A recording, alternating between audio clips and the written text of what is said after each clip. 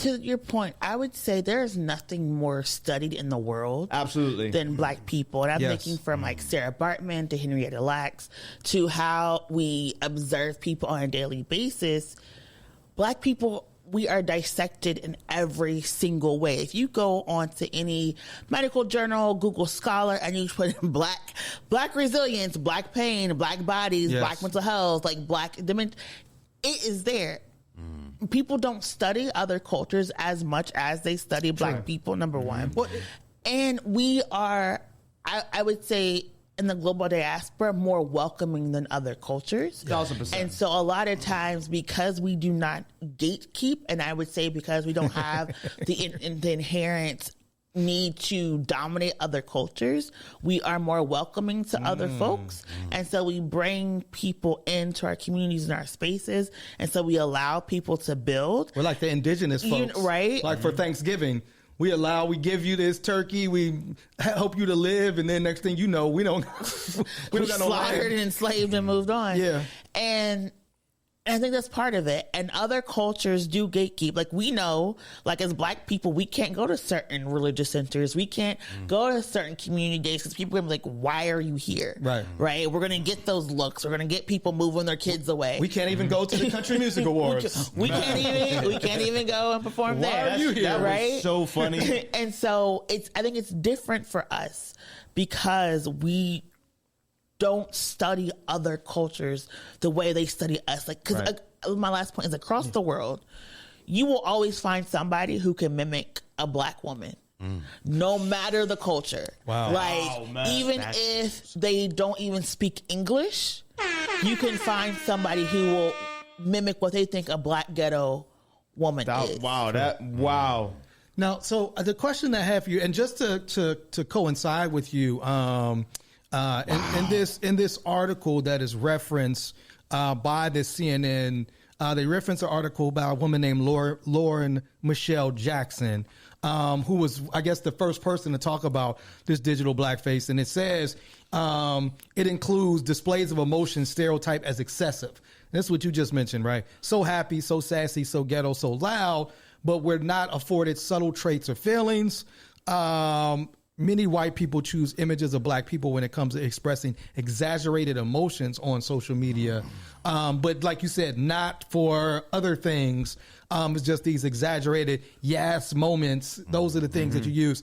Now, my question to you, Miracle, is are we the most studied? Because in many ways, Black American culture is the most influential culture in the world. So it's some of the reason we're studied to find out like how we get our swag, like how do we, despite all of these oppression and white supremacy, like we still got BET, like how did we and Black People Meet? How did we rise up and found a website called Black People Meet? How do we do that? Is that part of the reason why? No, I think it's like a replacement, it's a reverse replacement theory. I would argue it's like, how do we finally do something to break them, right? Because they did the white, like hip hop has not had its blues moment, right? When you think of blues, when you think of rock and roll, you don't think of a blackface. 1,000%. Right? And hip hop has been the one music stream that no matter how much people try, they haven't been able to take it over yet. Yeah. Right? Because Black people are still there, creating it, owning it, performing it, moving it, replicating, whether it's rap rock, whether it's mumble rap, whether it's southern rap. It's been able to stay like culturally ours, even if we don't tangibly own it. Yeah, like even if it's like in the mainstream that there's a white face at the front of it, we know, like the streets know. You know, and the streets can still make people famous. Right, like, exactly. And I think they're studying it to break us. And that's what these bots did with this Russian interference. But even still then, they don't understand the intricacies of how we operate, and that's why they failed at the end, because we were like, hey, that's not, you're using AAV wrong, right? That's weird, like who are you? You know.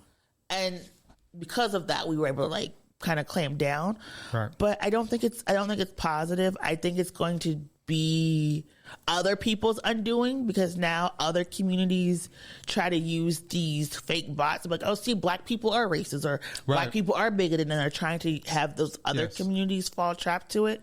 So I think that's where the threat is. I don't think it's going to be black people versus black people situation. I think it's going to be other communities assuming this is how black people think and operate, and then using that justification to harm black people. Well, I mean, I think that's the point of, if the only thing that we see shared in these reactions or memes are these very stereotypical views of us or images of us, is that's what you share, that's what you find funny, that's what you find humorous, that, you know, idea of this is how a black woman should be. She's sassy, she's aggressive, she's over the top, she's fighting, and that's the only thing that we share. It does give you the impression that now this is what all black women are, this is what all black men are, and then as a whole, like, this is the totality of Black American culture, and ignores the different, you know, subtleties and intricacies that exist even within Black culture.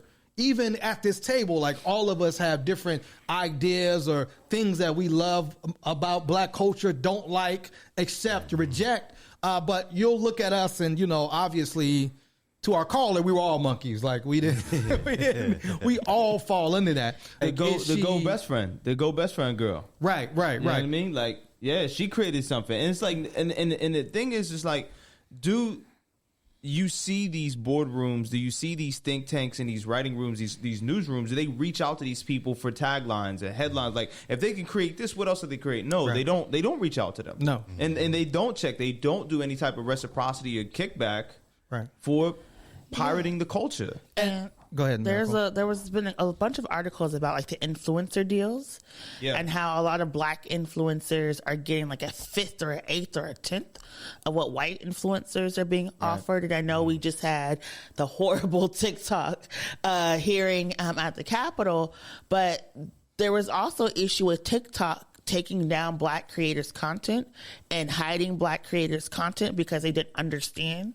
it culturally, and we're trying to say, oh, this is violent, this violates the agreements. People like, it doesn't, and so even in this whole digital sector where we're supposed to be all equal and fun and entertaining, we're still being discriminated against. Right.